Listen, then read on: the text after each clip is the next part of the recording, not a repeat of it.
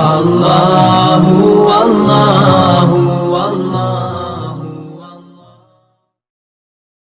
حضرت عمر فاروق رضی اللہ تعالیٰ عنہ کے زمانے میں بھی کچھ معاملات ایسے ہوئے۔ امام غزالی نے لکھا ہے کہ ایک نوجوان شراب چھپا کے نا اپنی چادر کی اوٹ میں تو حضرت عمر کے سامنے سے گزر رہا تھا، شراب چھپا کے۔ میں اکثر کہتا ہوں کہ آج بھی کوئی منع کرنے والا ہو تو لوگ منع ہونے کو تیار تو ہیں، پر ہم منع کرنے کو تیار نہیں ہوتے۔ اگر ہمارے کہنے پہ بڑی بڑی محفلیں ہو سکتی ہیں تو ہمارے کہنے پہ داڑھی بھی پوری ہو ہی سکتی ہے، لیکن ہم کہتے ہی نہیں، مزاج ہی نہیں، اس طرف لاتے ہی نہیں۔ ہمارے کہنے پر اگر بڑے بڑے چندے لوگ دے دیتے ہیں تو امید ہے نمازی بھی ہو ہی جائیں گے۔ توجہ دلانے کی حضرت عمر کے زمانے میں بھی یہ مسئلہ ہوا۔ میری باتوں کی سمجھ آ رہی ہے سارے دوستوں؟ ایک نوجوان جا رہا ہے، شراب چھپائے تو سیدنا فاروق اعظم نے تلوار نکالی ہوئی، یہ کیا ہے، کدھر جا رہے ہو؟ تو وہ کہنے لگا حضور وہ نا سرکہ ہے میرے پاس، اور اندر دعائیں مانگ رہا ہے، یا اللہ آج عمر سے بچا لے، آج کے بعد شراب نہیں پیوں گا۔ اندر دعائیں مانگ رہا ہے، اللہ عمر سے بچا لے، آج کے بعد شراب۔ حضور سرکہ ہے سرکہ۔ تو حضرت عمر کہنے لگے کھول نا ذرا۔ چادر کھولی تو بوتل میں واقعی سرکہ نکل آیا۔ وہ الحمدللہ الحمدللہ پکار کے چلنے لگا۔ ایک روایت میں نے ایسی بھی پڑھی کہ جب وہ جا رہا تھا تو حضرت عمر نے آواز دی، فرمانے لگے عمر سے ڈر کے توبہ کی ہے تو شراب کا سرکہ بنا ہے، اگر تو رب سے ڈر کے توبہ کرتا تو اللہ نے اس کو شہد بنا دینا تھا اور تیرے کام آ جاتا۔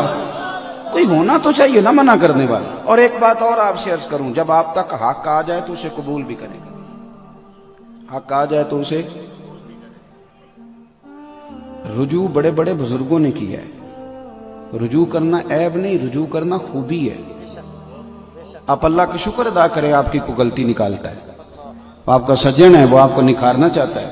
لیکن یہاں تو اڑے ہوئے لوگ اور ڈٹے ہوئے لوگ اور کمال ہو، یعنی ماں بدولت تو غلطی نہیں نہ کر سکتے ہو، ٹھہر جا یار، غلطی کرنے سے ہی بندہ انسان رہتا ہے۔ انسانیت نام ہی اسی کا ہے کہ وہ کبھی کبھی بھول بھی جاتا ہے، ورنہ تو فرشتے ہو جاتے۔ تو تھوڑا سا تسلیم کریں۔ ہمارے ہاں نا ہم نے چونکہ اعلیٰ ظرفی سکھائی نہیں تو قدریں کم ہوتی جا رہی ہیں۔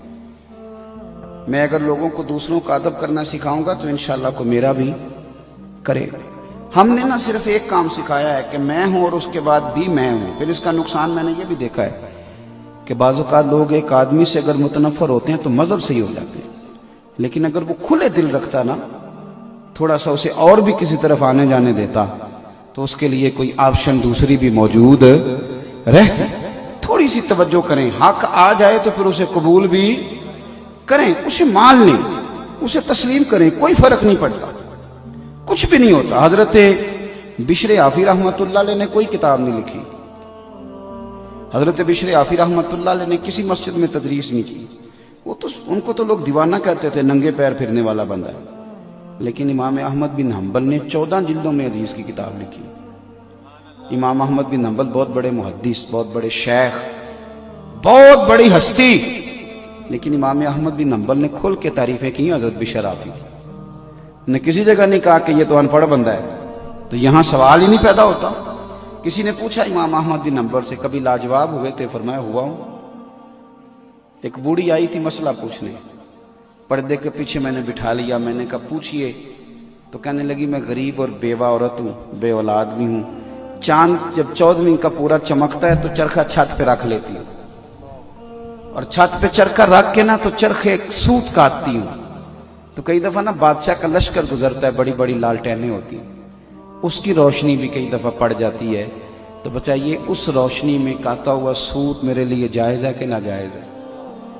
تو حضرت امام احمد بن حنبل کہتے ہیں مجھے چکر آ گیا، اللہ اکبر اللہ اکبر۔ میں نے کبھی بھی پہلے نام بتا تو کون ہے، کہاں سے آئی، اتنی باریکی؟ تو کہنے لگی آپ مسئلہ بتائیے کہ پہلے شناختی کارڈ دکھایا جائے، میں جو بھی ہوں آپ بتائیں۔ میں نے منت کی، میں نے کہا میں مسئلہ بتاتا ہوں لیکن مہربانی کر ایک دفعہ بتا تو کون ہے؟ دنیا آتی ہے لیکن اتنی باریک، اتنا تقوی، کون ہے؟